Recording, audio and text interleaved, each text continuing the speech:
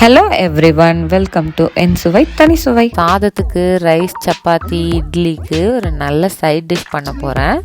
கடாய் prawns எப்படி செய்கிறதுன்னு பார்க்கலாம் வாங்க. முதல்ல கடாய் மசாலா அரைச்சிடலாம். இதுக்கு ஒரு மிக்சி ஜாரில் 1 டேபிள் ஸ்பூன் தனியா, 1/2 டீஸ்பூன் மிளகு, 1 டீஸ்பூன் ஜீரகம், 1/2 டீஸ்பூன் சோம்பு, 4 வரமிளகா, இது எல்லாத்தையும் அப்படியே அரைச்சிடலாம். ரொம்பவே பவுடராக அரைக்கணும்னு அவசியம் இல்லை, ஓரளவுக்கு கோர்ஸாக இருந்தாலும் பரவாயில்ல. அடுத்து ஒரு பாத்திரத்தில் 3 டேபிள் ஸ்பூன் எண்ணெய் ஊற்றி, எண்ணெய் கொஞ்சம் சூடானதும் இஞ்சி போட்டுக்கோங்க.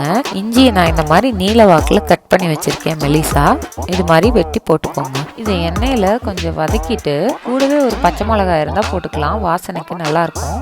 1 கப் பொடியா நறுக்கின வெங்காயம் நல்லா வேகிற வரைக்கும் வதக்கிக்கோங்க. வெங்காயம் வதங்கினதும் 1/2 கப் பொடியா நறுக்கின தக்காளியை போட்டுக்கோங்க. தக்காளி சீக்கிரம் வேகிறதுக்கு கொஞ்சமாக உப்பு போட்டு வேக வச்சுக்கலாம். தக்காளி நல்லா மசிஞ்சதுக்கு அப்புறம் 1/2 டீஸ்பூன் மஞ்சள் தூள், 1/2 டீஸ்பூன் மிளகாத்தூள். காரம் அதிகமாக வேணும்னா எக்ஸ்ட்ரா போட்டுக்கோங்க.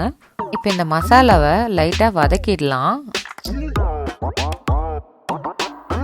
மசாலா கருகாமல் இருக்க தேவைப்பட்டால் லைட்டாக தண்ணி ஊற்றிக்கலாம். ரொம்ப தண்ணி ஊற்றிடக்கூடாது, கிரேவி நல்லா இருக்காது.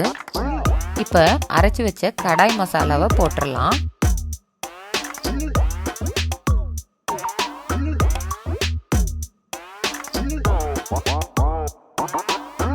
இதுக்கப்புறம் பொடியாக நறுக்கி வச்ச கொத்தமல்லி இலையை போட்டு வதக்கிடலாம். 400 கிராம் இறாலை நல்லா சுத்தமாக வாஷ் பண்ணி க்ளீன் பண்ணி எடுத்து வச்சிருக்கேன். இதை இதோட சேர்த்துக்கலாம். இதை ரொம்ப நேரம் வேக விடக்கூடாது. ரொம்ப நேரம் வேக விட்டால் ரப்பர் மாதிரி ஆகிடும், சாப்பிட்றதுக்கு நல்லா இருக்காது, சாஃப்டாகவும் இருக்காது. ஒரு 4லேருந்து 5 நிமிஷம் வெந்தால் போதும். அவ்வளோதான், பாருங்கள் ப்ரான் வெந்துருச்சு. இப்போ கடைசியாக ஃபினிஷிங் டச்சுக்கு கொஞ்சம் கொத்தமல்லி இலையை தூவி இறக்கிடலாம். சூடாக பரிமாறுங்க, உடனே காலி ஆயிடும். நீங்களும் இந்த ரெசிபி ட்ரை பண்ணி பார்த்துட்டு சொல்லுங்கள். வீடியோ பிடிச்சிருந்தா லைக் பண்ணுங்கள், ஷேர் பண்ணுங்கள், சப்ஸ்கிரைப் பண்ணுங்கள். தேங்க்யூ.